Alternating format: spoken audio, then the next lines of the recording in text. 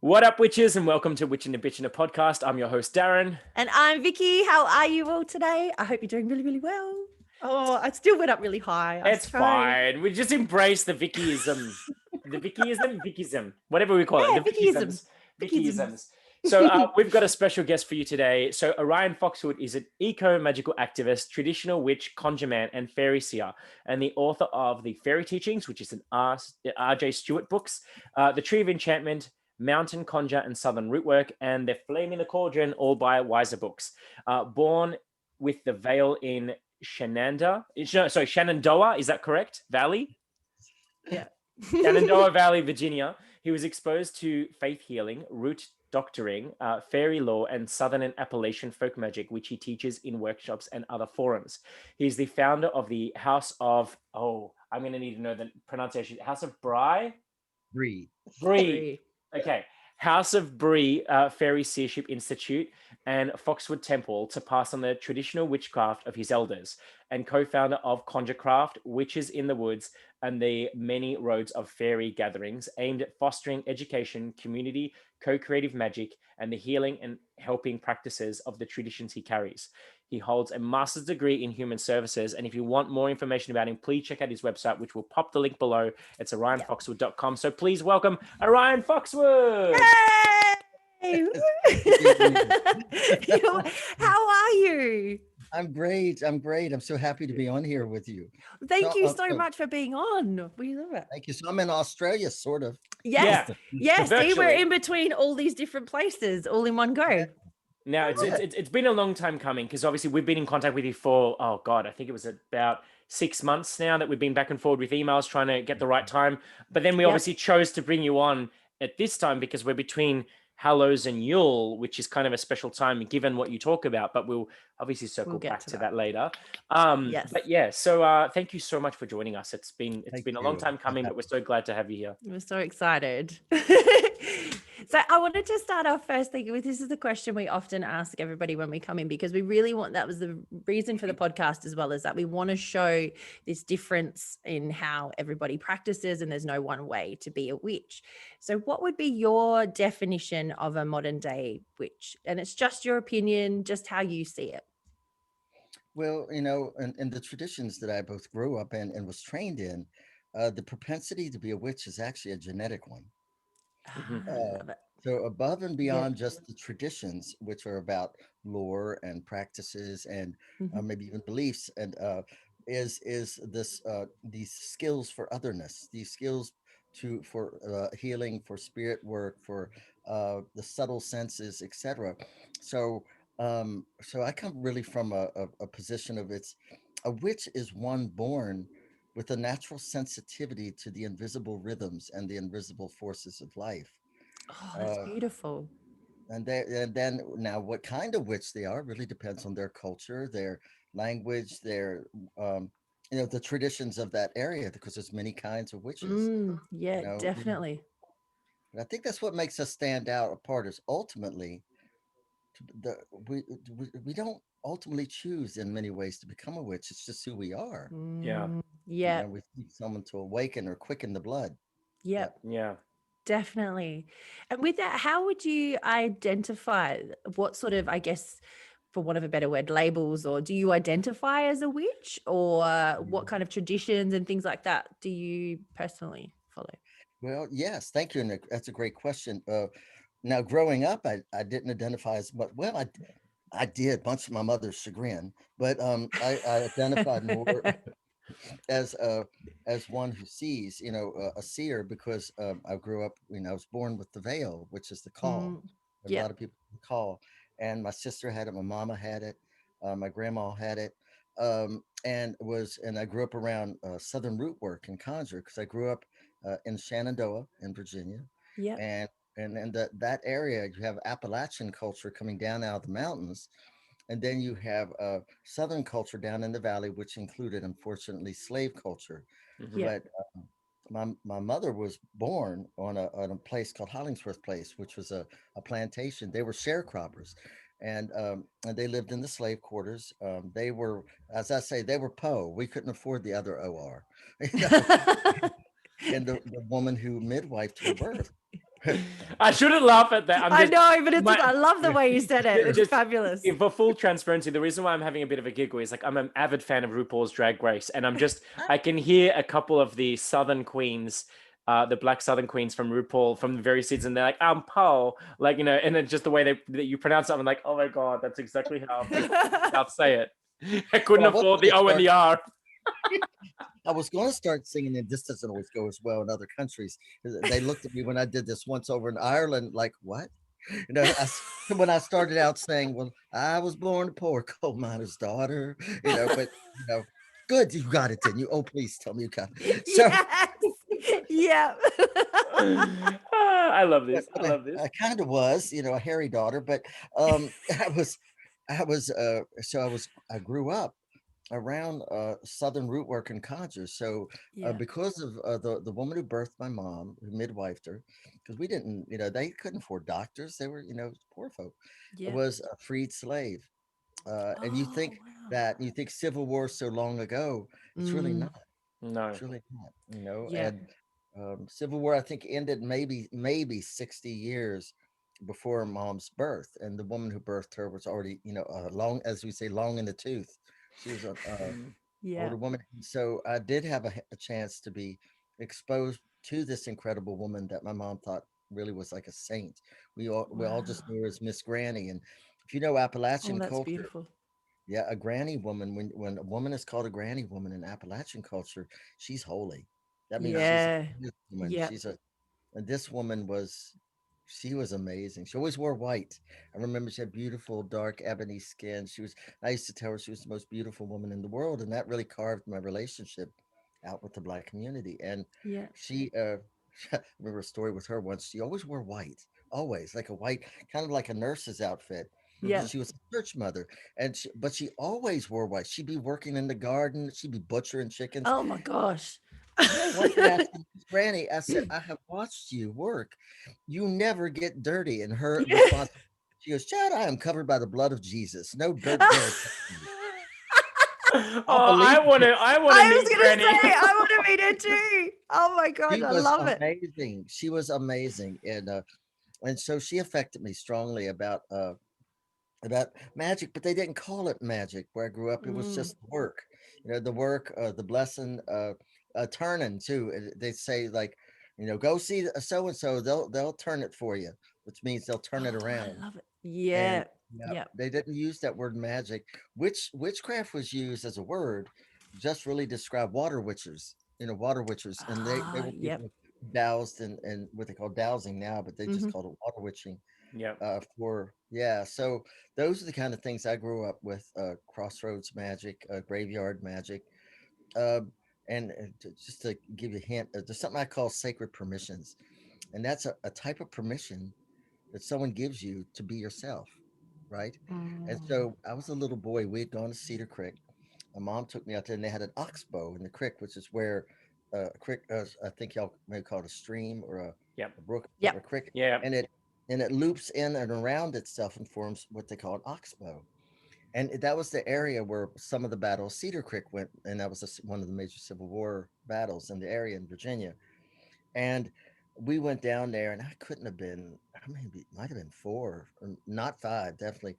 And oddly, Mom let me wander away from her just a little, so I knew she knew that area. She was keeping an eye on me, but so I wandered down to the water, and I saw these women swimming in the water, and they were beautiful, 3 of them, but they were made of the water. And their hair was clear as water, their skin was clear as water, and they were splashing, and they were so beautiful. And I went, and they heard me. And one of the water women that turned around and looked at me and went, shh, and blinked, you know, winked, and like to say, you know, don't tell anybody. And of course I ran straight to my mom, and I told her, Mama. you know, and Mom said, oh, you saw the water women. She said, well, that's good, baby. She said, next time we come down here, I want you to pour some honey in that water so that the water stays sweet for them. And Mom didn't know it, but that was the moment. That was the moment that gave me the permission to keep seeing. Oh, wow. That's amazing. You have given me like goosebumps. Like my hairs are standing on end. That's like, I mean, as growing up in Australia, where like we don't really have the same cultural like history. Our history is quite dark and morbid and very disgusting in many ways. But like we don't have that richness that you, even though like obviously you've had some atrocities in the US, but like the richness of the cultures clashing and all that, and like experiencing all that, I'm like, we don't even have anything close to that. No, I'm not like, at all. It was quite dark too, where I grew up Yeah. at. You know, Yeah, of course. Virginia was the belly of the slave beast. Yeah. It was. And so I grew up, it's funny, growing up down there, you know, the concept of ghosts. One time this Smithsonian Institute anthropologist came down and he was gathering Appalachian and Civil War ghost stories. And so he asked my mom, I'll never forget, I still laugh my butt off when I think about this. He said, ma'am, do you believe in ghosts? And mom goes, I don't understand the question. Do you believe in ghosts?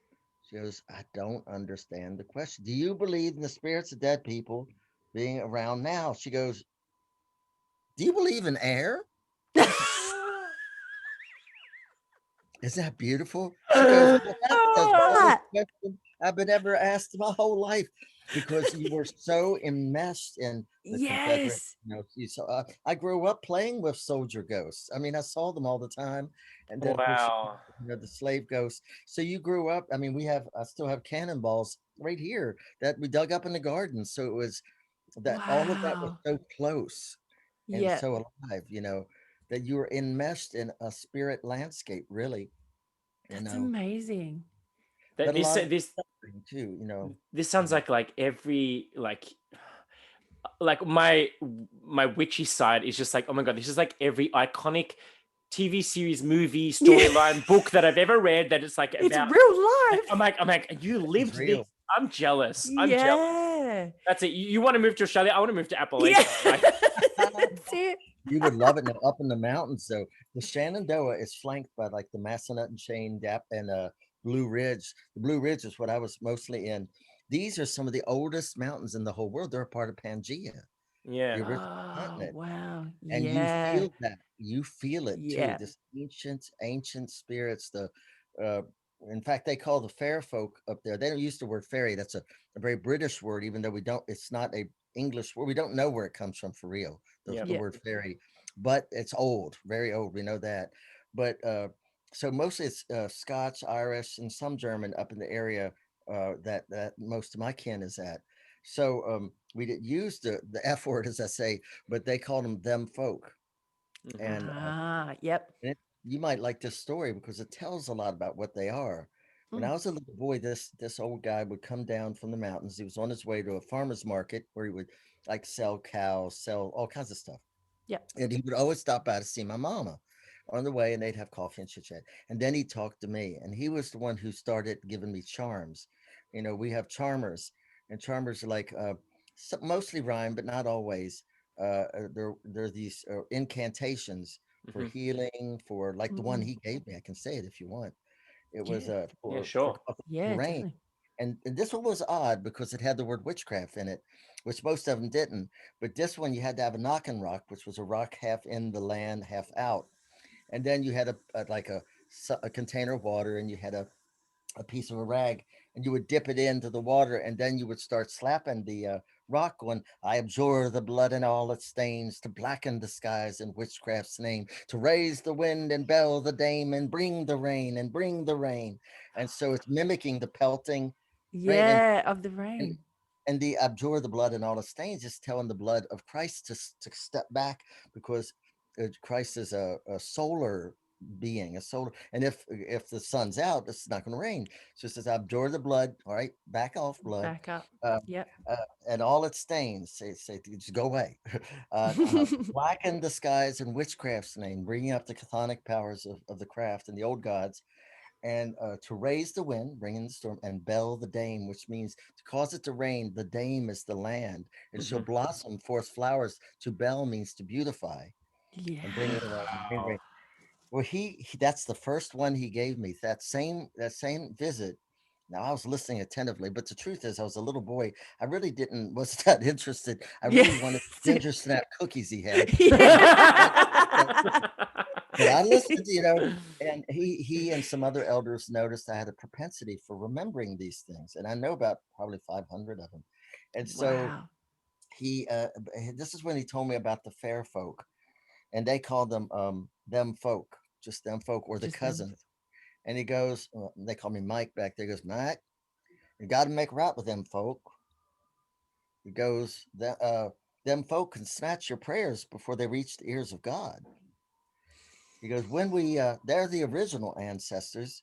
He says, we're the visitors. And he goes, and when you break the laws of nature, you can't go to God. God don't know how to fix it. He gave the world to them. Isn't that? Wow. This There's is an like, Yeah. old, that's an old piece of lore right there that teaches you all kinds of stuff of what they really are. They're the angels in the land. They're the star pulses in the land, the living stellar beings that came here at the beginning, long before it even cooled. wow. Wow.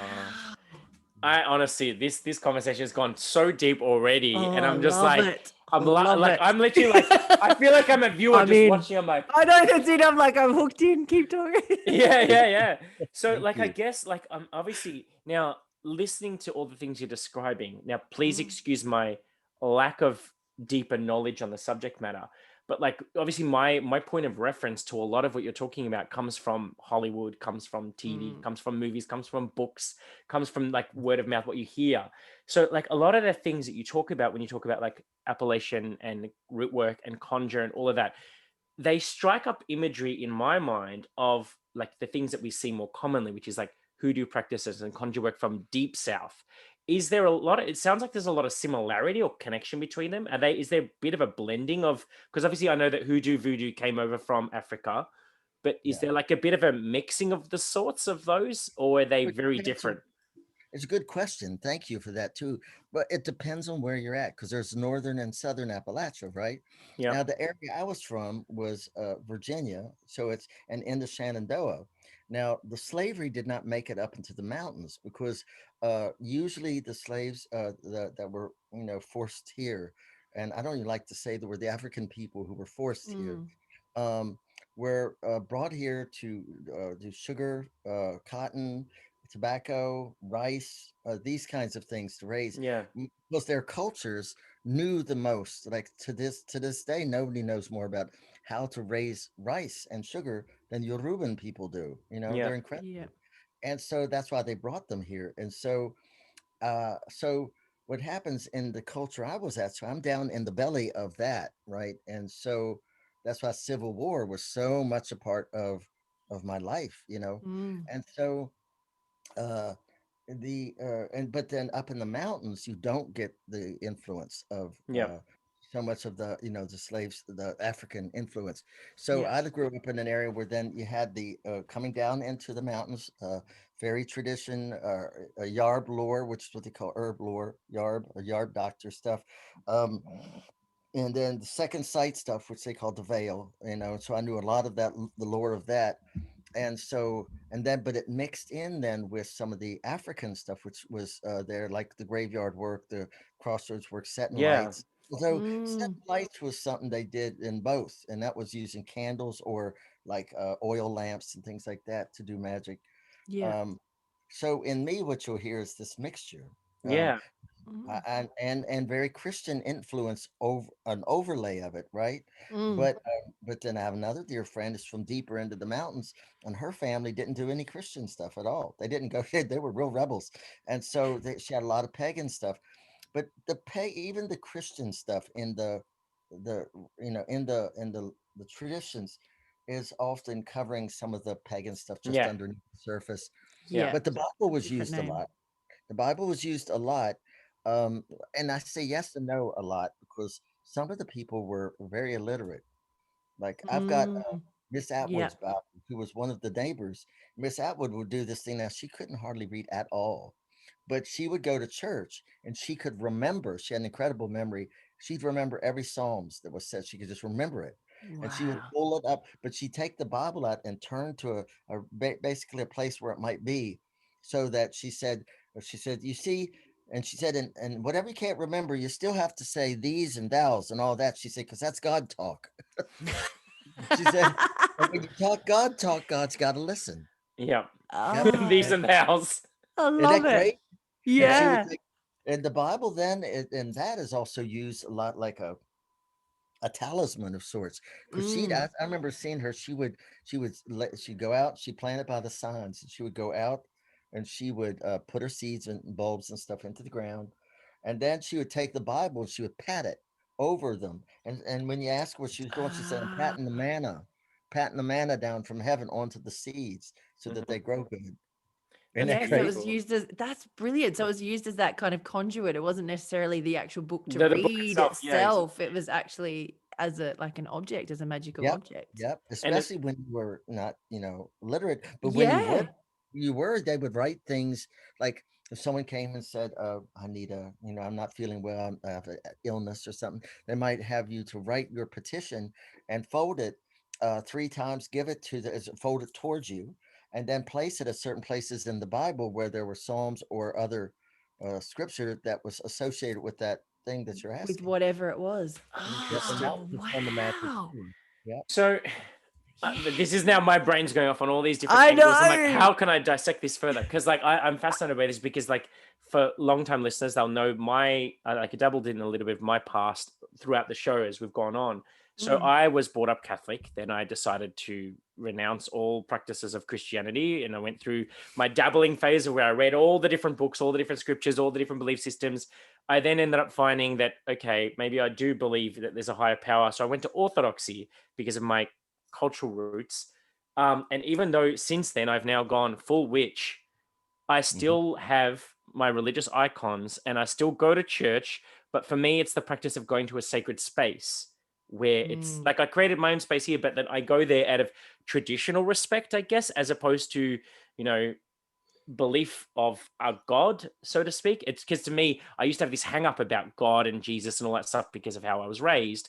But now I've learned that Yeah. it's just another name for what we'll call God with a small g, goddess with a small g, spirit, source, universe, whatever you want to call Whatever it. your names Like are. it's just a name. It doesn't mean anything than what we give that meaning. So it's Mm. just interesting for me to hear that there's obviously this Yeah. historical ingrained, like almost it's not separate. They're one and the same. You know what I mean? I don't know what Yeah. my point is that I'm trying to get at, but do you get what I'm saying, Vicky? Yes. Like, Yeah, yeah, yeah. I okay, do. cool. Oh, So it's like I love that Yeah. it's It's kind of just this interwoven. yeah, it's that It's weaving in of it not this all. us and them of Christianity and paganism, or like introduced religious practices versus It's a very traditional. natural. It's like this natural blending of the two, and it's just so seamless, and it doesn't have to be separate. And I just love that because, Doesn't.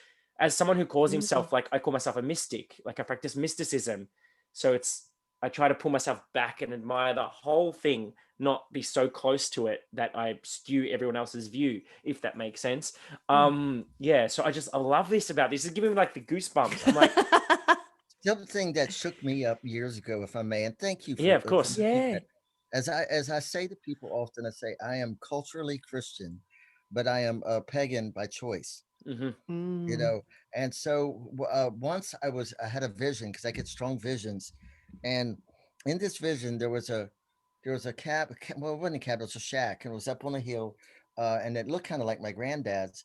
That was up on this hill, and there's a blizzard, and inside was this old man, and he had a little boy and a little girl, and he was reading the Bible to him, and all he had was this simple little kerosene lamp and barely the tiniest little wood stove. That's all they had, and it reminded me of so much of how we really lived. And so Mm. he looked up with tears in his eyes, and he said, "Please don't let this die."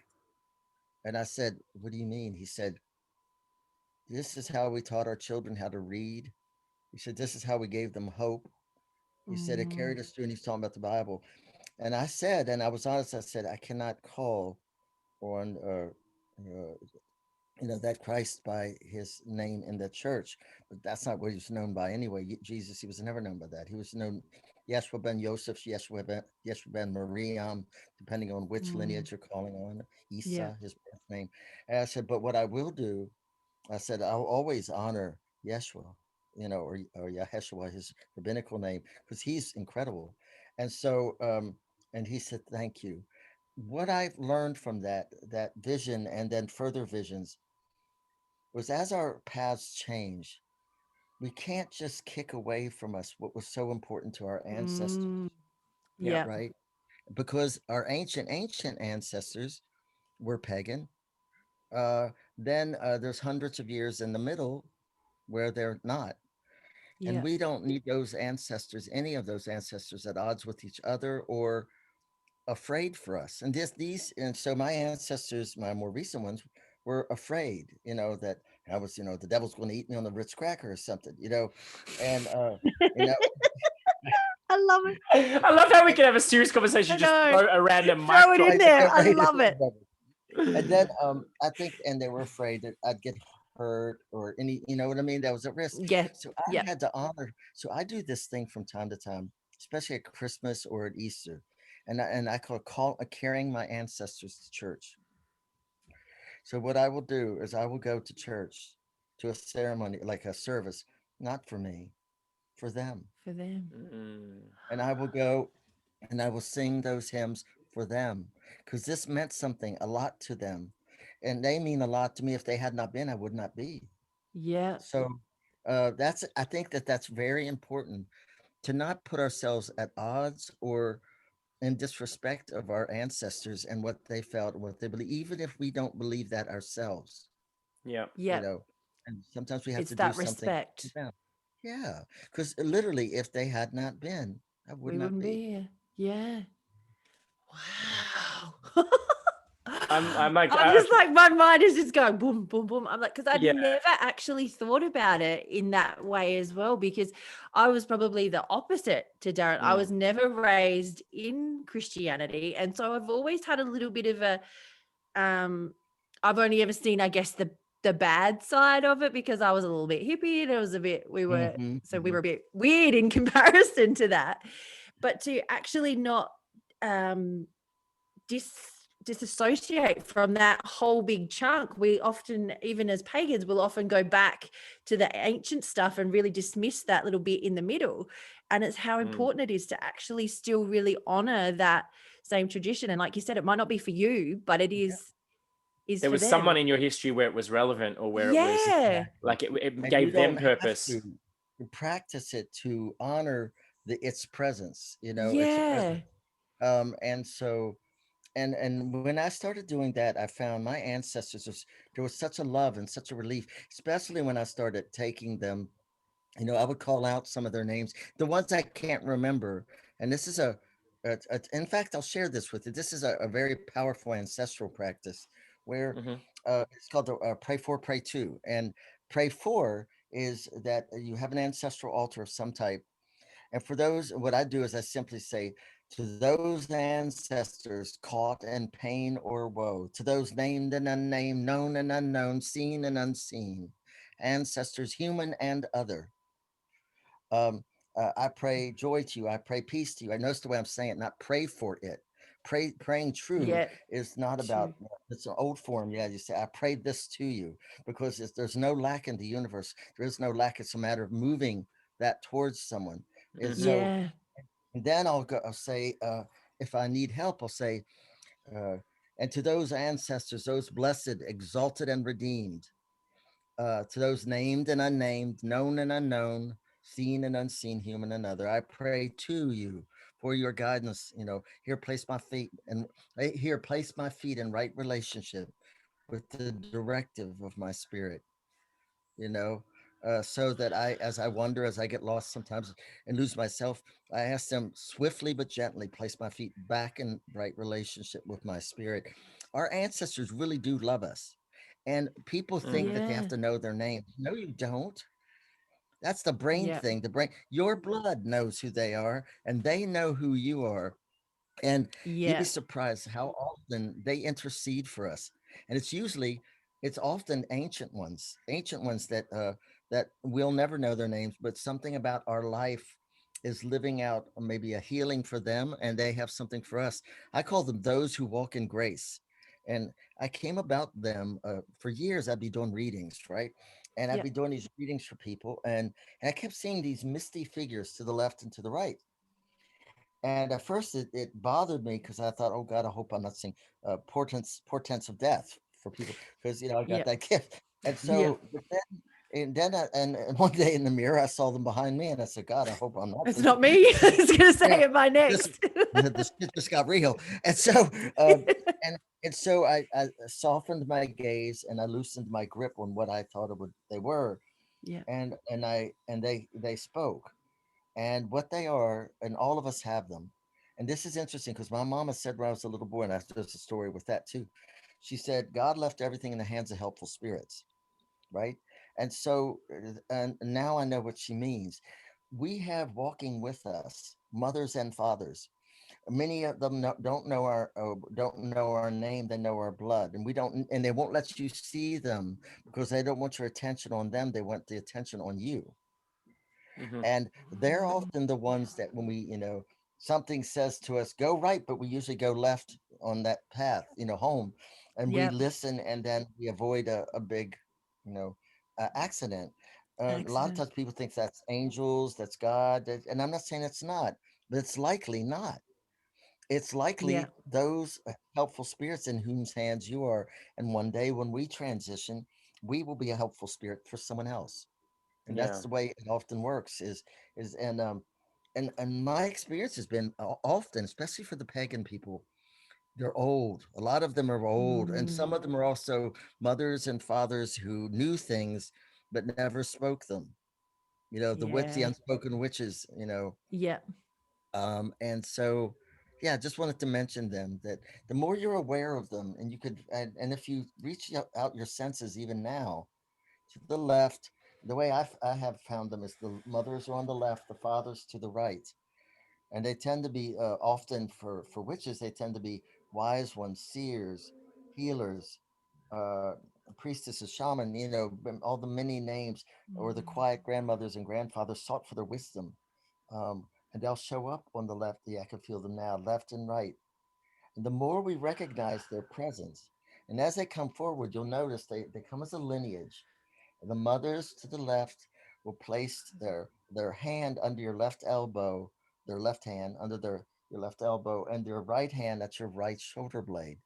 And then to the right, the fathers come, and they'll place their left hand at your right, shoulder blade, and their right hand under your right elbow, upholding you and strengthening you as you move through the world. Wow. And do you feel them? The more you know, Oh, Yeah. you're giving me the I tingles. know. Oh. Because it's aren't they it's something, wonderful? especially ancestor work. It's something I've always wanted to do and I've always tried, and it's just never quite resonated with me properly. And this the way that you've explained it That now, I've had more, yeah.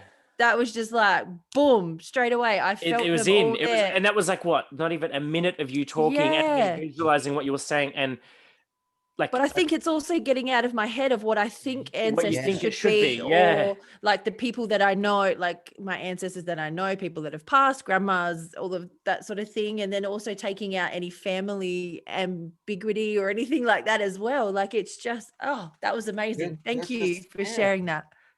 And what got me was as I started working with them over the years, and I love them so much. I love them so much. And oh, sorry, I'm feeling them Yeah, I back. You're was just like, fine. I You feel do it I in you. my love them back. so much. But and then as you start to extend your reach to your ancestral presences, we have to understand that, and an ancestral stream that doesn't get enough attention Yeah. is, for instance, the dinosaurs. you Yes. have you have a brain, you have almost your whole physiology. It's because of them. They were before the mammals. So our ability that we have skeletons, well, really our skeletons came from trilobites. That was the first animal that ever had a skeleton. It was an exoskeleton, but that was the first one. And so just examples, the trilobite is an ancestor, the dinosaurs are ancestors, the plants that were before them, the one, unicellular creatures that were here, that all became us, all the things that have become us. They are, that's Mm, why I say human and other, human and other, yeah. Mm. because there can be literally superhuman strength running through us, and it could come from an ancestor human, or it might not. I It knew might there was come a from reason I was somewhere. so into Jurassic Park. Like, Yeah, I'm just joking. yeah, I'm that's just it. joking. You're tapping into something. I Well, was listen, just joking all a the little bit. dragon traditions come from them, Yeah. right? The dragon traditions Yeah. come from them. Did you know that the dinosaurs, these incredible ancestral beings, they ruled the earth for, I believe it's 150 million years. Hmm. The longest Yeah. running life We epic we on are the we are planet. a blip. We're a blip of a blip of a blip. Like we are nothing in terms of Yeah. history. Nothing. And they have, so what they have given us is immense, immense. And I think these things are important because the spirits of all these profound beings, they didn't just die. That's, even Mm. if their forms change, they became the dragons of our lore, the keepers of the deep wisdoms of the planet. Mm. They're still with us. They're evolved into profound wise beings, and so we don't want to kick any of that aside, you know. Um, No. and yeah, these are all a part of who we are and how we got here. And then just our human ancestry alone. If you go get your mitochondria, the mitochondrial test, you can get Mm. and they'll test the mother and the father. The mother's line always goes back further. But I know mine, I didn't even do real well with the epithelial swab because I did it in a hurry. I was between flights and stuff, and they got mine back 35,000 years, and they said, oh, we can go way further back.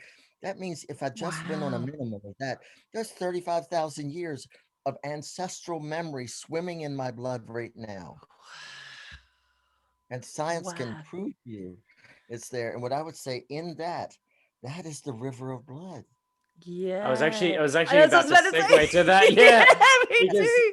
so this is me opening up a little bit because Vicky already knows his story, and some of our viewers, I think. Wait, have I even touched on this? I don't know if I've ever talked about this on here, but essentially, like, it wasn't until only 3 years ago that I actually Mm. discovered, because I didn't know much about my father's side. He was very hush hush about his past, but then I did a DNA test and got connected with all of these. Like, my father's estranged, but now I've like 10 years after we parted ways, I did a DNA test and I got connected to all of these relatives down in Tasmania, which for US viewers, The it's an little island island, off the little island bottom. that often gets forgotten on maps that exists off the coast of Victoria. Like, it's a separate island, a separate state. And so I found out that 7 generations back, I am First Nations Aboriginal. And I felt like I had this weird, I mean, it's not that it compares to like what happened in the US and stuff like that with the whole slave trade and everything else that went on in the Civil War, but in Tasmania, they've got a very, very tragic history in that it was actually, you could have a license to shoot Aboriginals because they were considered part of the flora and fauna. They weren't Yeah. given human status until more recent times in history, and unfortunately, it was mass genocide. So, like, I am the product of what happened in Australia back in like 7 generations ago, where Australia tried to breed out the Aboriginal or breed out the black. Breed 'em out. And so now you have people like me that are 7 generations Aboriginal, like, that I can trace back anyway. Obviously, it goes back more generations, but I'm saying 7 generations Yeah. from where the two white and black mix together, and then I'm the product of that. So there's nothing Aboriginal looking about me. And I had this hang Your up blood about it. remembers this. You have to I remember know that. that, yeah. But like, I was in this weird space of like, I'm like, Mm. because here in Australia, it's very much a thing of, to call yourself Aboriginal or descendant of Aboriginal, you need to have been raised a certain way or have received the respect of the community and all that kind of stuff. And that's Yeah. not possible for people like me because our community doesn't exist. It was all wiped out. The only people who are left are white. Yeah. And so it's like we don't have that way of getting that acknowledgement Connect. Yeah. of like solidifying our or acknowledging our lineage, because it just doesn't exist. Have you ever Well, thought about going to the elders that are there?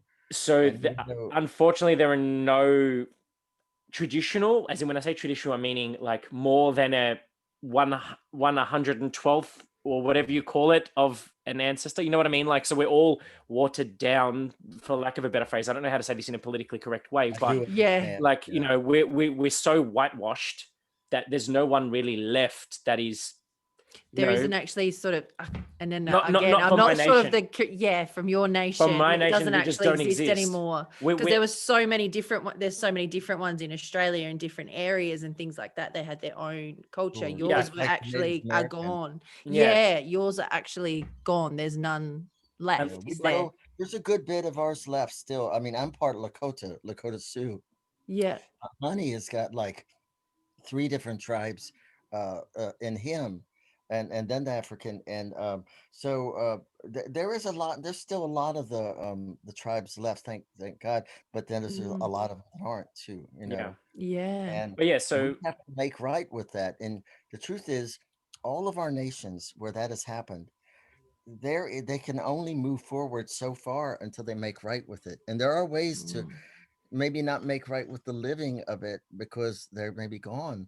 But this is what work in things like the River of Blood is about, is to mm, go in and to start healing and trying to make right as much as you can, because there's a saying that I have, a couple of them, if one, but one of them grew out of my own spiritual work, and there's only 2 things every witch must know: don't tangle up your lines or contaminate your flow. oh Wow, wow, I love that. you have a way with words, sir. No, what Yes, you you are really definitely do. spoken like a true Thank you. writer. Like, Yes. Thank you. Thank you. yeah. Yeah. Well, So because poetic. the entanglements and entrenchments that are born through us, Hmm. Mm, and we're carrying those in our blood, the ones that our ancestors experienced, especially the major traumas. Hmm. And there are ways of going and finding their spirits and moving them from the bank of sorrow on the river of blood to the bank of song, and helping to redeem them. It is our responsibility to pray for them. It is our responsibility to do everything we can do to clear them. In fact, what I always say is we will be healed as a human family when we go to the river of blood, not just for ourselves or for the people we love, but for people we don't even know. Hmm. We have yeah. to go. We have to go for the silent suffering that we know that are suffering, and go on their behalf, hunting for those caught in pain or woe, and help them out. So You how? know, I know this is probably a much bigger topic than probably we're going to have time for in this episode, but how does one even start this process? How do we get to Well, that those point of, first steps. yeah, what do we do yeah. Yeah, to those start the baby ball steps. rolling? Well, there's a number of practices really you can start. Like the thing I was talking about the whole prayer piece. Mm, Um, it is important to have an ancestral altar somewhere in your house. It really is, yeah. because you need to welcome them to your house. They're already in your house, a part of your blood, your kin's blood, and to more formally have a place in your home for them. Traditionally, you offer, as they say, uh, flame, uh, water, and breath. And what that means is Mm, the flame is that they may come through the archway of fire and clear themselves of any negativity, any things that are holding on to them. The water is because water, we all got here through crossing the amniotic waters of our mama. Yep. yeah. Uh, we leave when the waters fill up our lungs and we start to die. So we Yeah. cross the water both ways. Water is the conduit for water is to the soul what fire is to the spirit. Hmm. And so, Yes. Yep. and then the offering of breath is the prayer itself, the pneuma, the breath of being. Breath is how we commune with eternal presence. For instance, when you breathe, you're breathing in eternal. You're breathing in space, Hmm. Yeah. right? And as we breathe in, we gather spaciousness, and space shapes us, and we shape space. And in fact, I always do this. With every breath we take and release, we cast a spell of love and peace. You know, um, and so Another the great mic drop. I I could know. listen to your little, like, Yeah. I don't know what you would even call that. It's not an incantation, but these little It is tidbits almost. that I could listen to them like just on a recording all day. oh, Like, that's very kind. Thank you. Well, you know what it is, because I come out of a conjure tradition, which is they didn't use the tradition word either. Just I come out of these practices, and then the fairy seership work, which is working with the ancient coexisting orders of life in the subtle realms, much older than us. And then, of course, the witchcraft I was initiated into, which is an old line. So, and all of these, they're living traditions. And Mm. so, I think what happens that surprises folks is when they hear all these rhymes and all these sort of quick and direct teachings, is these are living cultures and living practices, Mm. and so Yeah. they radiate out of you a Yeah. living presence. So it's easy to it's easy when it's always easy for me to be interviewed because I'm just talking about who I am and what I do, Yeah. Yeah.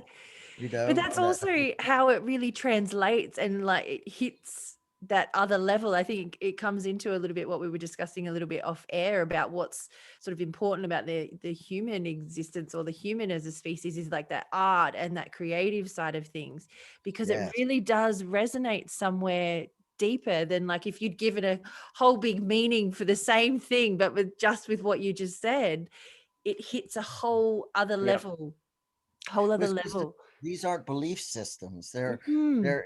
They're not these things. Like you saw how it took a mere moment to tune you into those who walk in grace, Yeah. Hmm. because Yep. in on a deeper level, you've always known they were there. Yeah. Yeah.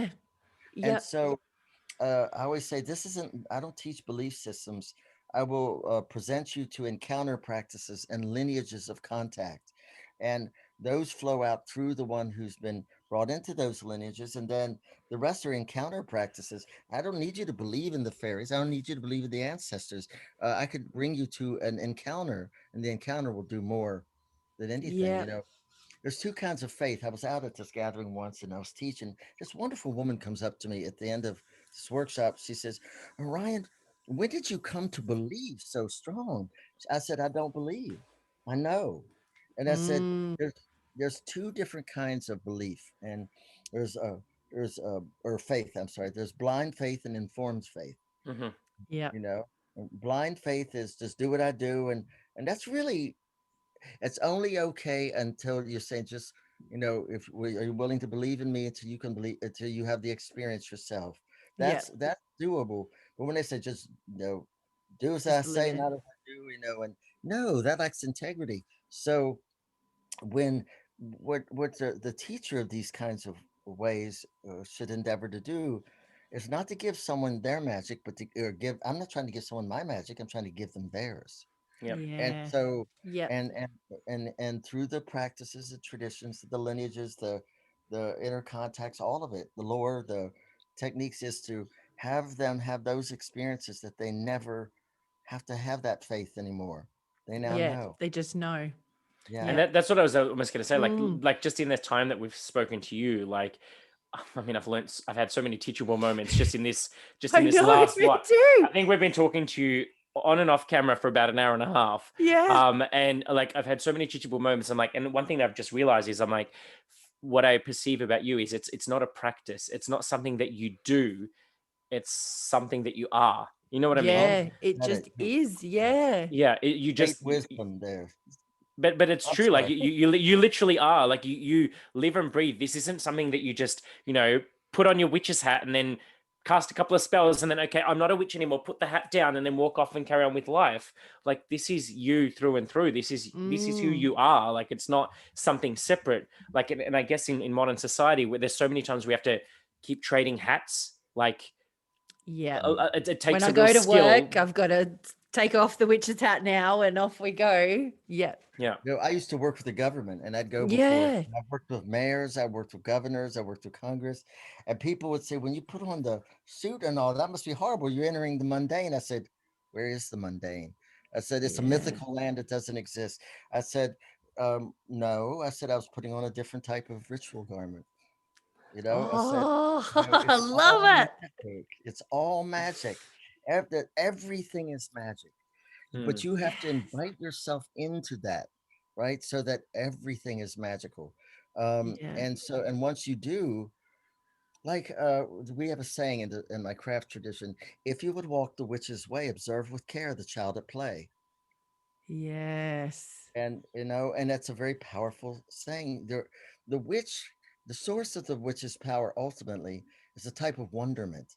Yeah. a wonderment of the visible, intravisible, and invisible ways of existence. Yeah. And we are nosy. I mean, we want to know how everything works, right? Yes. Mhm. The why. The of why. everything. Why did And a that happen? fascination. And divinity is for us is not transcendent. It's omnipresent. We're in it. We're in Yeah. it, and or as the invocations often say, within whom I move and breathe and have my being. You know, and Yeah. that's important for the Western mind to get away from belief systems like that. I don't think they're that as useful. I think there is ways to. I don't even call myself a teacher per se. I think of myself as a coach, you know, Yeah. and my job is to help you come into knowing what you already know. Mhm. Yeah. You know, there's Yeah. nothing the universe knows that your body doesn't know. Yeah. And that's spoken like a true coach, because I am actually outside of this, I'm a life coach and health coach, and literally whenever I'm talking to a client, I literally say that to them. Well, not in those exact words, but I say to them, I'm not teaching you anything you don't already know. I'm just helping you remember what you've forgotten. Yes, Like, Yeah. yeah. Yeah. like, You and know, because people pay me money to coach them, I'm like, I'm not giving you anything. I'm just reminding you of the things that are already innately in you. Like, it's just, there's no, Yeah. it's, you know what I mean? It's not, I'm like, ooh, I'm some magical coach that does these things and changes your mindset for you. No, your To no. coaching help come to out. guide that way, Yeah. guide to see your own, to see their own light again. Uh-huh.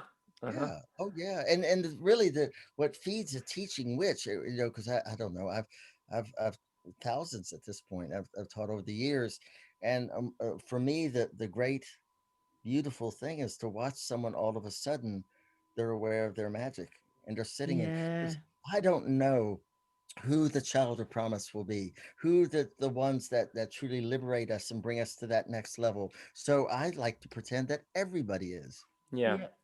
and then I'll never be wrong. Yeah. Mhm. I'll never be wrong. And one of the things I've never been able to shake is that when someone walks in the door, like when I came online with you two, I Yeah. can't shake the fact that a piece of the divine just stepped in front of the screen. You Mm. know, that the two of you are a wave in the eternal ocean, an expression of the divine that has never been and will never be again. And my job is whatever I can do to help the eternal in you remember itself. You Gosh, know, Jesus, you nearly I even got me crying know. now. And I'm not even the emotional. I'm the emotional one. The Gemini over here doesn't Oh, cry. you Wait, just went whichever side boom. of the screen she is. Oh, gosh. Like, like not to, because literally, I'm just like, can you just keep talking? I just want to listen to you talk. But I have to remember, I have to keep reminding myself, this is an interview. I'm supposed to be asking Yeah, that's questions. right. I'm supposed to be asking things. But no, I actually wanted to circle back to, and I don't know if we're going off on a slightly different tangent because it's not as an organic approach of getting there, but we spoke about something that I wanted to circle back to, and just because you have such a poetic way of saying things, Mm, I'm gonna goof this up. But it was something along the lines of, we were talking about the fact that we're between Hallows and Yule in Australia, and we're talking yeah. about the world soul. Is that right? I oh said it right. yes, The Can yes. we Twix in visit between. that, the twixt and the tween, because like we're Yeah. literally in this between time, and I think it's like, it's something that I want to make sure we don't forget it. And I had it circled on my Yeah. page. I'm like, oh, Yes. Yes, yes. Well, the thing about hollows, first of all, the Hallowmas, Samhain, whatever names you call the festival of the ancestors, is that you are, and they say the veil is thinnest, right? mhm, Well, what they're talking about, and there's many things about what that is. It was the beginning of the blooding time, because that's when you also started butchering and curing mhm, your Yeah. animals, your meat, so it Yeah. yep, would last as long as it could. And so, and remember that the horned animals were the ones who kept us alive through the cold times. So that's why the horned god is seen as the lord of death and resurrection, the guardian through the winter, all of this, because Yeah. that was the fur, the bones, even sometimes we burnt um the meat, all of this. So when we talk about it's a time, a thinning time, a time between the worlds, right? It's on one end, it's about the blooding time. It's time that we move into the butchering. And in fact, I was taught that at midnight hallows, that was except for certain fruits and things like apples, which uh, tend to you tend not to harvest those until like November. because they need to be hit by some frost, you know. Yeah, they Mhm. need Uh, that bit extra. but most everything should already be off the vine, Mm, and whatever now is on the vine is left for the buka. And the yep. buka is this spirit that will, and it's basically talking about compost. They said Yeah. because if you don't leave things for the buka, then chaos will reign. So when we move from hollows, and also this thinning time is about the leaves are half on, half off, Mhm. right? Yeah. And so, and it's a time of ambiguity about whether winter has this or whether summer through the fall still has this. And so, um, Very true and relatable right now. Yeah. It's not winter yet, but it's fucking cold in Yeah. Australia. hey, You know, it's like But ambiguous. then the other day we had it was beautiful and sunny during sunny, the yeah. day and it was lovely. But then the It's nighttime, oh my gosh, it was Yep, it's freezing. ambiguous. It's Yeah. ambiguous Yeah. when you don't know what to do. It's because it's still swinging. It's Yeah. so during that time, I was always taught that between hollows, really between November 1 and uh and then Yuletide is the not time. Mhm. Mm, It's not a time, it's between times. In fact, in some traditions, including ours, at Hallows, when the lady departs, and if it's a high priestess that's there and she departs, then the high priest takes up the sword and guards the coven while she is gone. And traditionally in ours, we won't see her again until Yule, and you can't contact her, you can't nothing, because she is busy entering into the time of rest. Mhm. And yeah. so then there's a practice called seeking the world's soul, right? Um, and seeking, and by the way, all the divination that goes on in Hallows is because we're reaching through that liquid veil, Mhm. right? Yeah. For the guidance of the ancestors, human and other. And uh, and so I was taught that as she's falling into the underworld, and we can see she's falling because the leaves are falling, Mhm. Yeah. right? And the leaves are the life, the expressive life of the land. So good. Um, and so as they're falling to the ground, that shows you that she is falling into the land, going just like a seed but backwards. She's going curling in to regenerate, right? Mhm. And so we can do a visionary work where we open the well, the sacred well into the land, which is about opening memory, living Mhm. memory, Yeah. and then we allow ourselves to fall like as I often say, drifting down like a feather on the wind, gently down into the undercountry.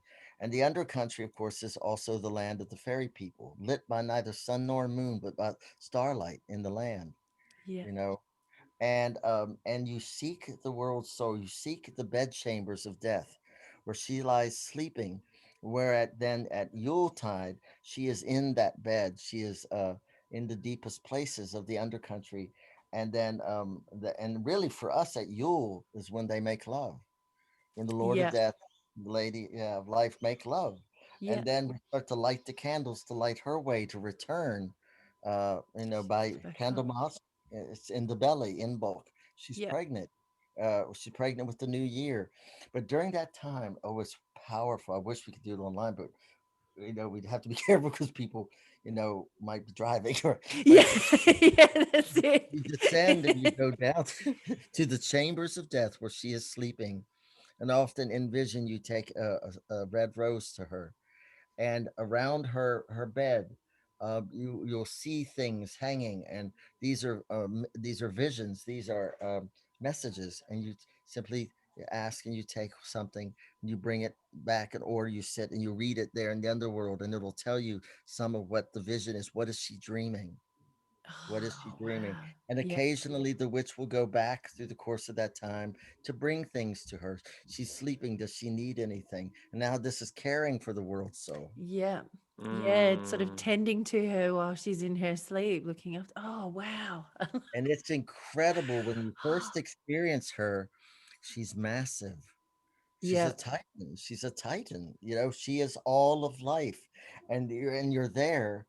And sometimes she takes on that humanoid image because that's sort of drag. We're wearing Yeah. the something to communicate with us, and sometimes she doesn't. She's something more amorphous, more not human. And I try to get to that place, because the more we can get out of those anthropomorphic images, the closer we can get to what these profound states of being are, you know. Yeah, Yeah. yeah, Yeah. yeah. Move beyond Occasionally, our limitations of what we perceive it to be a little Mhm. oh bit. yeah. Yeah. And occasionally she'll even wake up and she'll whisper for for you to come close, and she'll whisper something into your ear. And that means she's giving you a directive. She's giving something special to you. So yeah, seeking the world's soul. And we do that all through that period. You know, we don't want to nag her either, but we go, you know, occasionally you go and there'll be this feeling of terror that overcomes you. And that means that the consoler of souls, the Lord of the underworld, is guarding her. He's sort of like, don't nag my wife, she's Yeah. dreaming. Leave her alone. You know, you know, and you'll know. Sometimes you just humbly leave and come back, and other times you just go humble and quiet, and then he'll say, "Okay, just be like that, and I will get you your dreams," and they'll go Yeah. in and bring something to you, you know.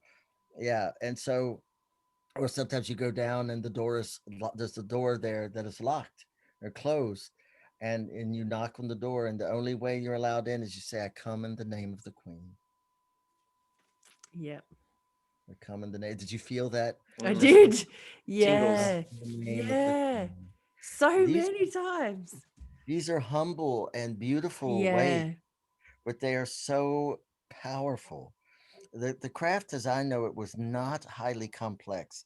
It Mm. was simple, but as the Lady Circe, my queen mother in the craft, says she's deceased, and she was the most radiant, beautiful woman I've ever known in my life. I used to tell her, I said, "I am so glad I'm gay because you've ruined me for any other woman." Was in her 80s, and I could not look at her and not be in love, you know. Oh my Yes. God. I, I see I the love. woman for any other woman, Yeah. and because she was extraordinary, she was the goddess walking the earth. I'm Yeah. telling you. And when I looked at her, all I could see was this radiant, and she was beautiful too. I mean, she was gorgeous. She this radiant beauty, this incredible wisdom, Yeah. and yep. And she always said that the craft is elegantly simple but profoundly complex in its simplicity. Yeah. And Do the you think that sometimes that is sometimes missed in sort of, I guess, the Yeah. more modern interpretation or the modern practices and things like that, that it I do. Yeah, I becomes do. very complex, and also like picking up on everything that you've been saying, as well as there's this humbleness as well that I think sometimes we It's can be forgotten. lacking, that's forgotten. Mm. Yeah. Everyone's Oh, all these days about like how many clicks, how many likes, how many followers, Yeah. how many putting their spells on Instagram and on TikTok, and like wanting this engagement. It's like, Mm. can't you just keep it for yourself? Yeah. yeah. It's No, I'm I not judging, but No, but not. it's just like yeah, is that something you think that really is missing a little bit, that yeah. simplicity of things? And they forget that the magic is not theirs. It Mm. is Yeah. ordained by a universe that allows us to have that access. And I'm ever mindful of that.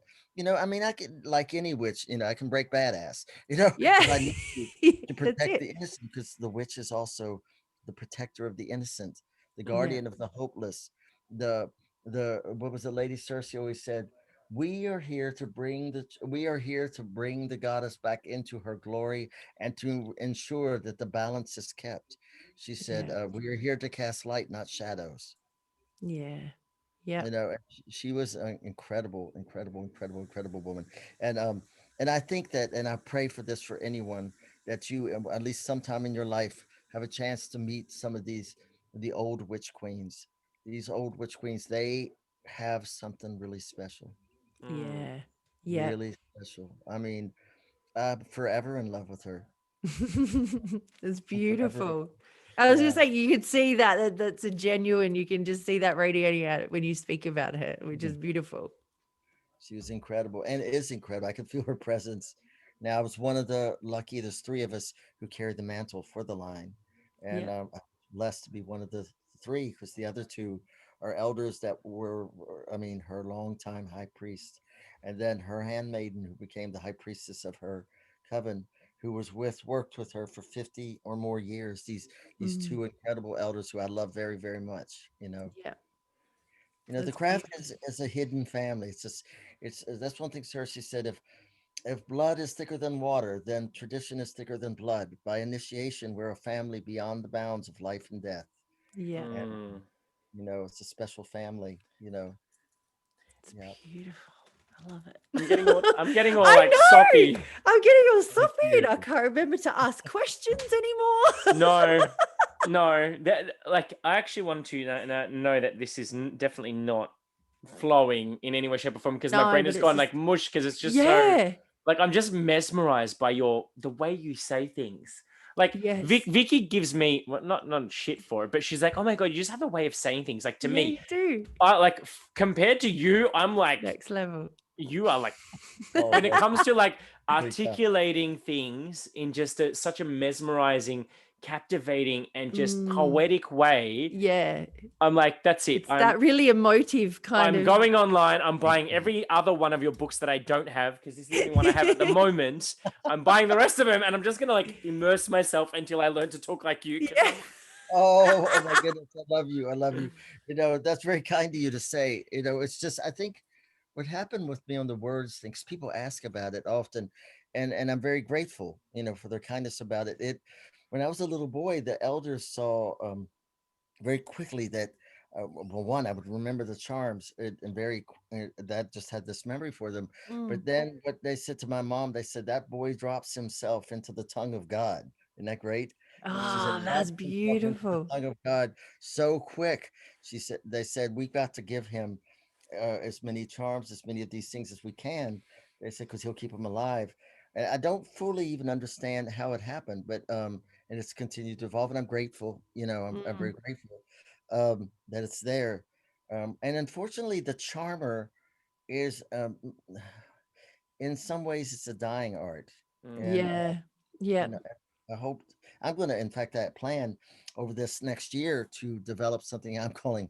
This is so creative, right? Charm school, and to I teach love it. and I'm the art of signing charm. up. Yeah, Oh, me that's too. right. That would I'm be great. signing That up. would be great. That would Like be you haven't great. even created it, and I will sign I'm up. there. Like I'm just there. take my money. Like Yeah, that's Oh, I it. love I'm you. there. Thank you.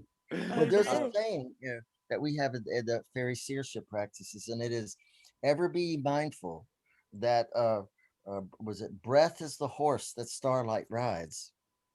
You know, breath is the winds of the eternal winds, the void. That's all things began with movement, Mm. right? And the breath is a way that we are shaping space, and space is shaping us. And then be mindful what rides then on that breath, you know, and because we can weave the world or unweave the world with that. Mhm. Yep. And With now Yeah. the that things that we say, like, and as witches, like our Yeah. word is everything. Yep. yes, Literally, what we say is whether it be verbal or whether it be what we're posting online or whatever. Like that's why I'm very cautious as a Spell. witch to be. Yeah, literally, the word spell. It Mm. comes The like spell. to Spelling. yep. spell. Spelling is Speak forth. literally Yep. yeah. Yeah. Or hex, which comes from hekau, the ancient Egyptian words of power. You know, Mm. the Yeah. yes, and the thing to understand is, and this brings us back onto the river of blood. Really, is that nothing is as solid as it seems. I'm writing a song, and then one of these days I'll get past the first stanza, but it basically says, forgive my voice, it's No, going a you're little. fine. We are not points, we are streams, and nothing is as solid as it seems. It ain't done, it's all a dream. And then there's something to come from that. So, but we are not points, we are streams, and it is true. Yeah. Nothing is as solid as it seems. It's filled with space, and we Mhm. arrive here particleized first on a breath from the void, a Mm. breathing forth that happened, right, from nothingness to somethingness. And that nothingness is the mother of all, of everything, the mother of the stars, she who breathed forth, the utterer, the utterance.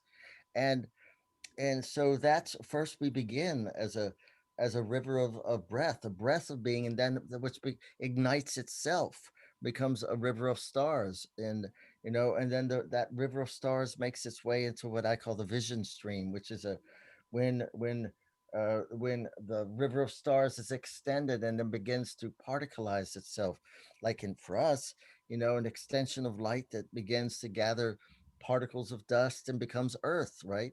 And then Yeah. resurrects light out of it in the form of life forms. So it's, you know, the breath of being becomes light force, then becomes life force, then becomes life forms. And all of that is on a stream. It's all a stream. And if we can loosen our state of being from the breath of being to the ignition of being to the filaments and flows of being to the embodiment of being.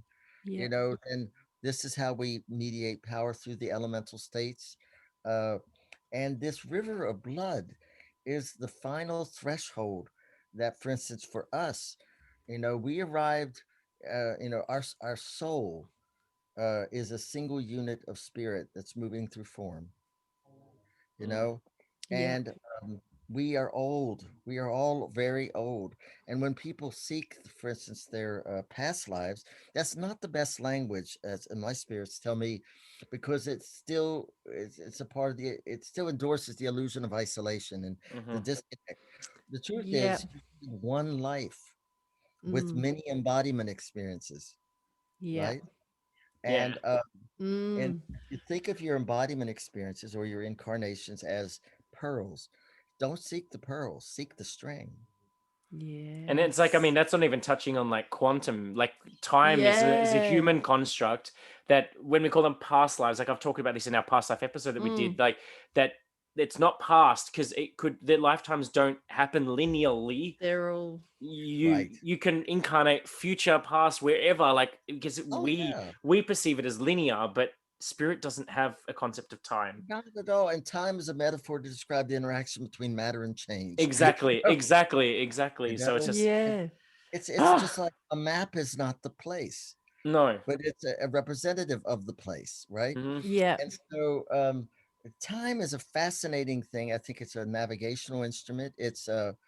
It also changes depending on how long it takes a photon to get to the next body, and so it is, and it's glorious and it's wonderful. We have to, if once we understand we are timeless beings, we're Yeah. already we're already immortal and we don't even know it, Hmm. Yeah. Yep. and we awaken to that, then we can transmigrate through our forms and we can remember who and what we are. But the truth is, you can extract that wisdom now. And the river of blood offers that. That's just the genetic stream. To get into this world, we need certain types of instructions to hold the the molecular structure, the chemical structure, the elemental structure of the mineral world together into a solid being, so we could travel in this physical form. But those instructions come through the river of blood. We have to Yeah. rise through an ancestral stream. But what people don't understand is, you know, you don't get something for nothing.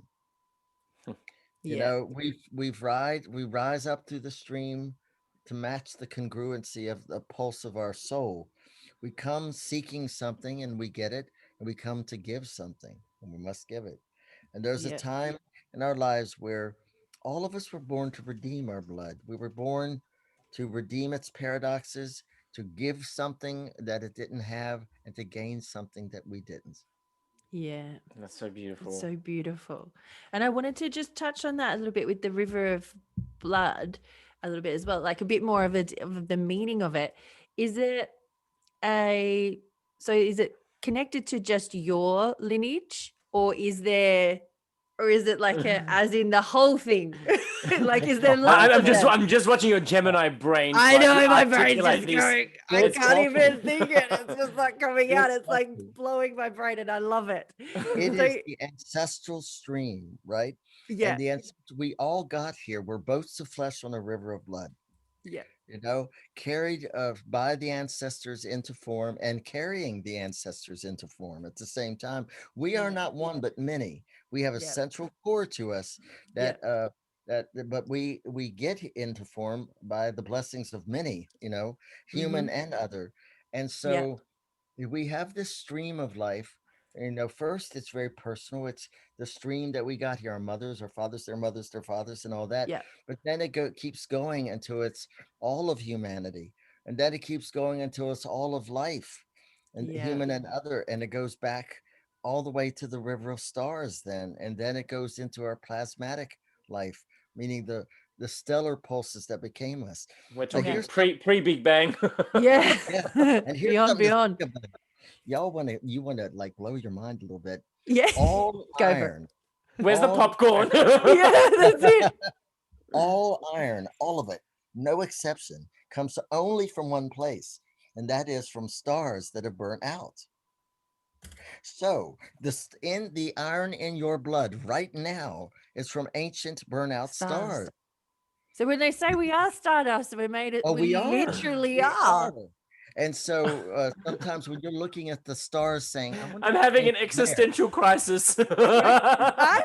that the stars may be looking back at you going, I wonder if I've become them. Yes. So Oh. yeah. So so who called who to look at who, right? I'm done. So I'm done. I think we broke him. oh We no. broke his So I, brain. Oh, that's so I wrote brilliant. a little ditty about that. I said, we are stars with human feet, encountering starlight and all we meet. Know this, grow this, and ignite, and the stars will guide you to the darkest night. That's beautiful. I feel like I'm going to be watching this episode a million times on my own. I know, me too. Because I'm just like, This has I'm been going to write amazing. down every single one of these little Yeah. things. On that note, perfect segue. There's another one that you mentioned to us when we spoke to you before coming on air. And I Yes. don't think we haven't spoken about it yet, have we, Vicky? Oh no. Oh no, we So haven't. it's, and now I hope I don't screw this up. You cannot curse the roots and Yep. bless the fruit. So Correct. this is another gorgeous little poetic thing that, Yes. and I would love for you Love it. to dissect this for our listeners and for us as well, Yes.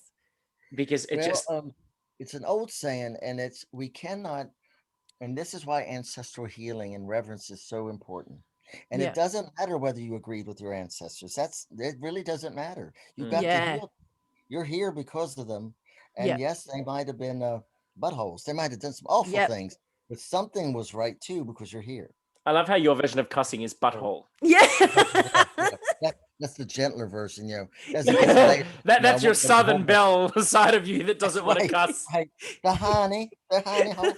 So, you and all of us have ancestors who did wrong things. Yeah. They also Yeah. did right things, and we don't want to carry their wrong. We want to help them heal that so it doesn't flow in us. So you cannot, and right now this is very important for contemporary humanity. We Yeah. have Oh, gone yeah. far enough. We're not going to go much further Yeah. without starting to resolve these ancestral entanglements and multi-generational traumas and in fact that's what we have the big Black Lives Matter movement here, Yeah. which I Mm. love. I love it. I love it. I love it. I love it. And It's long overdue though. Like, and yes, Yeah.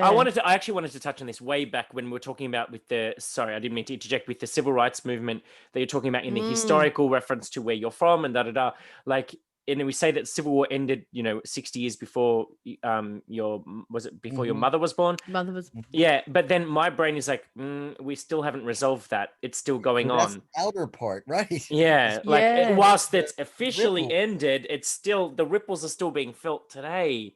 Like, Absolutely. we haven't Absolutely. really learned anything. We haven't really fixed anything. Like, it's We've still, just put a different name on it or a different yeah, behavior or something like that. yeah. Yeah. And so, Something we must face is, and this is sorry, another ditty. This is something I wrote for this book I just wrote. It's called it's simple. It says, "We are all children of one mother, sister and brother, human and other, and her name is planet Earth." mhm. And Yeah. so until we get to this place Yeah. where the hurt of our sister and brother whose history had this trauma and it's related maybe to people that look like me, right? Yeah. Until I can weep for my sister and brother that's hurting, until I'm out there with them saying, no, you're going to look at this pain. No, we're going to look at this healing and we're going to Mm. weep and we're going to heal this together. Yeah. Yeah. Until we get to that place, we can't go much further forward. See, Yep. you cannot bless the fruits. The fruits, a river is a wonderful thing and it's a wonderful metaphor because I can be at this state and I could be in a whole nother state and it's the same river, yet it's a different river at the same time, Mhm. right? Yep. Mhm. And whatever I do upstream is going to flow downstream, right? And Yep. so what happened there doesn't go away, it's in the stream. And so we cannot do something, right, that seems like a great achievement and then let that achievement fully ripen because it is going to be toxified by what has not been addressed. Mm-hmm. At Yeah. some point, you cannot curse the roots, do a bad back here, and think it's that you can bless the fruits. You can't, the tree, it's not two trees. Yep. It's one. It's still the same tree. Yep. One. Mm, And if it's in the roots of one component of humanity, it is in the roots of us all. Yep. mm. And it's like, and not that this And is really, if the roots are bad, the tree's not going to. It's not going to Shallow at all. roots in the wind and the tree will topple. What's Yeah. happened is we've done just enough healing. All right, here's another analogy. My mama used to tell me when we were out in the garden, we had a big garden. It was like 5 acres. That was the garden. Oh Right? wow. It was a big garden. And so mama used to say, now, baby, when you weed, you can't just pull the tap root. You've got to get those hair roots because if you don't, the weed will come back with more vigor. So Mm, just because we made, this, for instance, in this case, the emancipation, yeah. does not mean that the healing has happened. It meant the healing can begin. yeah, Yeah. It's It's just the like when I say start. I'm sorry to someone, that doesn't mean the healing has happened. no, That means the healing, if the person says, accepts the apology, that's when then you now the start the healing, healing. Yeah. right, the healing can Mm-hmm. begin. And it takes as long as it takes. Yeah. And healing is so powerful, you know. And so, apologies, a true apology is a sacred thing. It's Mm-hmm. so holy, Yeah. and so we now here we are. We're our technologies, etc., do not work like a condom against, against Yes. the infections of our past. It doesn't. They are here, and the pain is showing up, and many a community has had to live those pains. You I'm Yeah. know, sorry. I'm sorry. We're talking about something so serious, but I'm laughing. I what a metaphor, right? It But was. know. so, I love it. my God, but and so here we are, and all the subtleties, the microaggressions, and all the things that are still in the subtleties of how Mm, we are. Um, what was it? I read Zora Neale Hurston, who wrote the book "Their Eyes Were Watching God" and "A Mule of Mules and Men." She was incredible. She was yeah. a protege of Langston Hughes, and she's really one of my sheroes. And she said sometimes we people can be slave ships in shoes, Mm, carrying around enslaved shadows within us. yeah. Mm, Know that we must emancipate, we must release, we must heal. I Yeah. say that the way I often say it is, people, nations, cultures can be haunted houses in shoes, Yeah. yeah. Yep. and we have got to release the haunts. We've got to let the voices be spoken. We've got to witness these the pains, and that holy witnessing is healing. When I'm a part of the healing of another, I have Yep. healed myself. Yeah, exactly. Yeah. Yep. you know and so we're at that place where that which was hidden will become unhidden in order for us to become conscious creators of our destiny. With the technologies and with the mind that's evolving, we Yep. can't go much further. We're tethered to that which hasn't been healed, and Yeah. we can and we must heal these And it's Yeah. things. and it's interesting you're touching on this because like a lot of like when the BLM movement started in America, well, not when it started, but when it hit its like 2020, when it went Peak. at its peak, like Yeah. when there was rioting and everything going on in the US, and it was telecast a lot here in Australia, and a lot of Australians were like, "Oh, what does this matter? It's happening in America. That's so that doesn't matter to us." I'm like, um, It did you does. forget what we did to the What we're natives? doing? or, Yeah, or what that's we're still right. doing, and like because every time Australia Day is obviously the day that happens on the 26th of January. It was the day when the first fleet arrived in Australia and declared this as Australia, like the Federation. This is declared on in the name of the King or the Queen or whoever it was at the time. Like this is the Crown's land, and so like the people who are pro-indigenous and pro-indigenous rights are calling it Invasion Day, and those who are pro like Australia call it Australia Day. Yeah. It's like this point of contention where now there's all this like movement around change the date because it's filled with a lot of pain for the indigenous. Why should we be celebrating just the day that white people arrived? Like, why is that a thing? We're Right. already And here. so many people say like, and the arguments come up every year. The same Mm. arguments come up, and it's always about, oh, well, the government said sorry. What more do you want us to do? Like, we didn't do it. The ancestors did. Like, what do you want me to do about it? Like, I can't change anything by, and I'm like, are you listening to yourself? And like, because just because in 1995, now these things happened way back when. Yep. In 1995 was the first time that our government gave the reconciliation and said sorry to the Aboriginal people. And it was such a debate saying one word that they said, apparently if they said sorry, then all of a sudden there'd be this floodgate of like needing to pay back the Aboriginal people. I'm like, well, that's the least you can do for what you did to an entire race of people. And it's just, and, I share with you. I'm sorry, I interrupted. No. I was just going to say, like, it's such a heated discussion here in Australia that oftentimes we just don't address it and we just don't talk about it because people sit on two sides of the fence and it causes so many people to argue. But it has to be addressed in our ways. One of the things, one year, well, several years, I've gone over to England and I've taught Scotland and Ireland, Wales, and I got there and we've been going to these ancient sites and they blew me away. Stonehenge and Aviary, incredible, profound. And I found myself thinking, though, also the colonization, right? And I said to the land, I said, what happened? And so the land was generous and it opened its memories to me. And so what I found was, monsters create monsters. England was invaded so many times. And then when the Romans invaded and destroyed the Druids, that really did damage. Destroyed their holy people. There were so many holy places there, and that they really damaged this. And the colonization, as I can see it, is a part of the damage. It's so they were wronged, so then they wronged others, and then those people wronged onward. It's just a flow-on effect. This is the thing, we've cursed the roots. Like, and we cannot continue even to curse.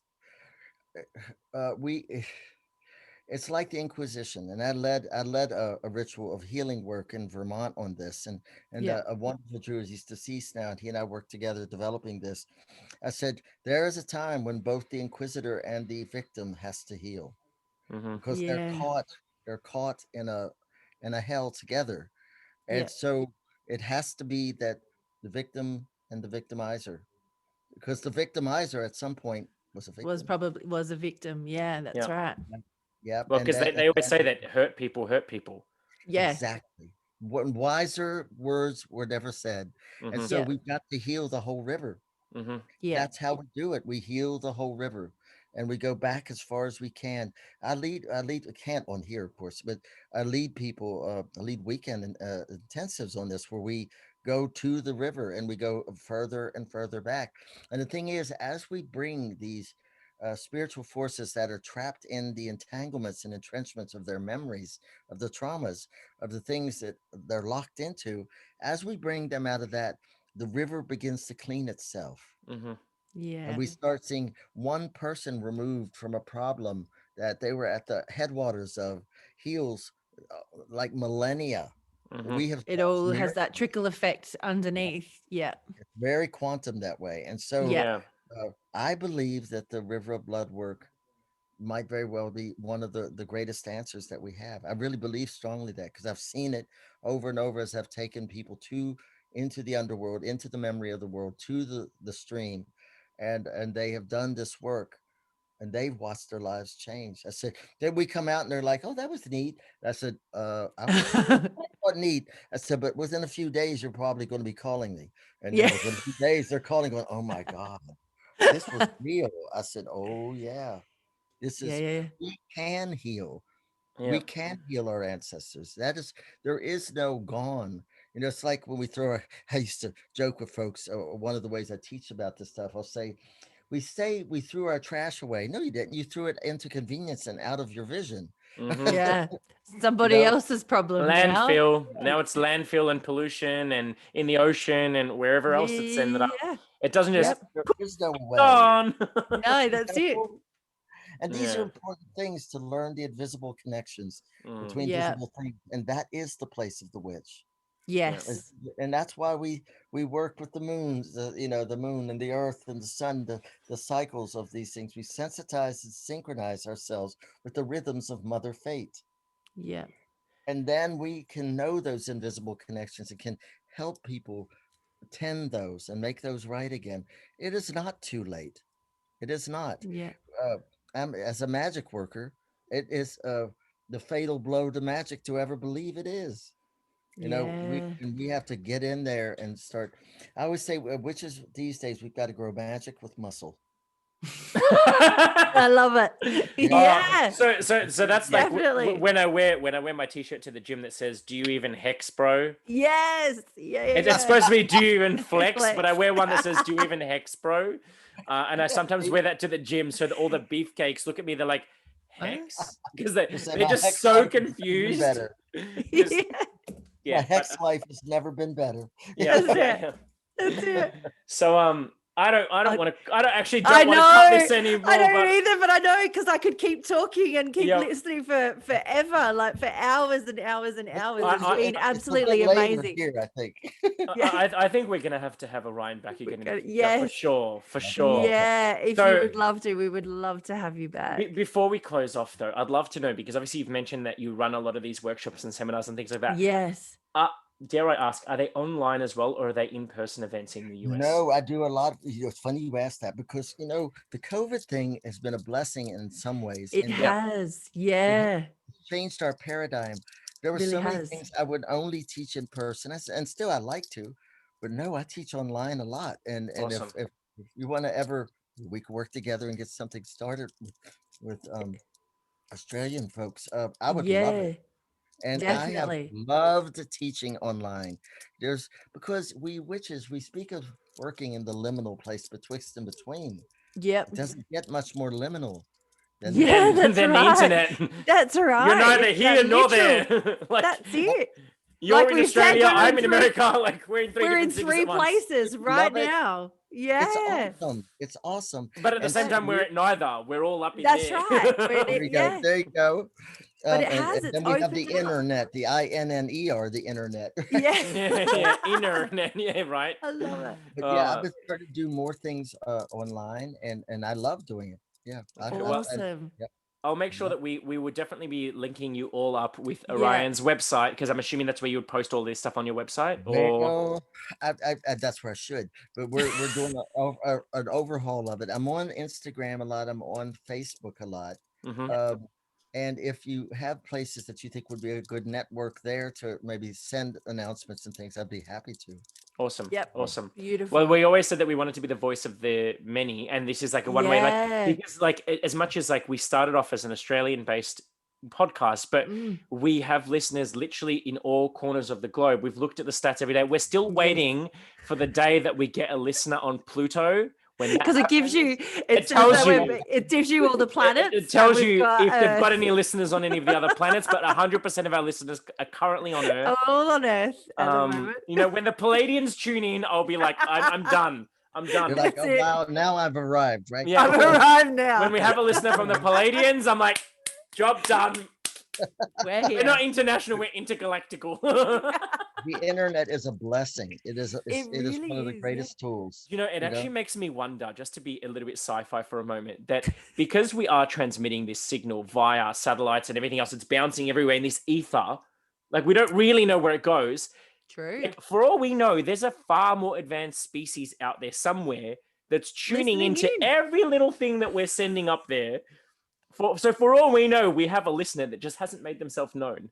They just haven't clicked on Spotify or on Yeah. Anchor or wherever it Maybe is. they do. Maybe every now and again they jump in and they give us a solution to something, and then they jump back out. Yep, they're good again. Or maybe they're jumping into a human soul to listen to us and then jumping back out, and we think they're in Texas, but in actual fact they're somewhere else. Yeah, that's right. What we didn't know was that there was a large city on Pluto named Tejas or something. That's it. Well, jokes aside, we are actually, according to our statistics of Anchor, it actually shows us that of all the places in America, we are the biggest in Texas. And I know Yeah. they say everything's bigger in Texas. Apparently, so are we. See. Anyways, no, Orion, this has been absolutely it's been- magical, it really has. mind-blowing. I feel like the Oh. entanglements have happened in my brain fibers. Yes. I'm like, the It's a brain good is thing. That's a good yes, thing. it Yeah, is. it is. Oh, I could just You listen both and are wonderful, to you and thank all you day. Thank for you the so blessing. Thank much. Yeah, so you. Y'all are awesome. we're Yeah. totally gonna link up everyone. We'll put all of Orion's contact details in the post. So whether you're watching YouTube or Instagram, wherever you Yep. saw this post, look either It'll be above there. or left or right. It'll be there. It'll be in the description stuff. And if this has struck up, like if we've hit any raw nerves or we've brought like Yeah. fire out, Because let you've us seen, know. I was about to say, Yeah. you've seen there's a few points that even just touched me in the middle of it all. So Yeah. So we want to please hear from do. you. Send us a comment, send us a message. And if we bring, no, not if, when we bring Orion back, what do you want us to talk about with him next? Because I feel like we've just we've scratched the surface of only this. scratched the surface. We've We scratched didn't the even surface really of get this to get massive- into the fairy situation. No, we didn't. So we know what we could talk about now. I know, that's it. We're good. Yeah, done. I'd love to come back in. The two of you are wonderful, and Thank you. Thank we're all you. blessed to have you. So thank you for being a voice, a great Thank you. voice. Thank for you these so mystical much.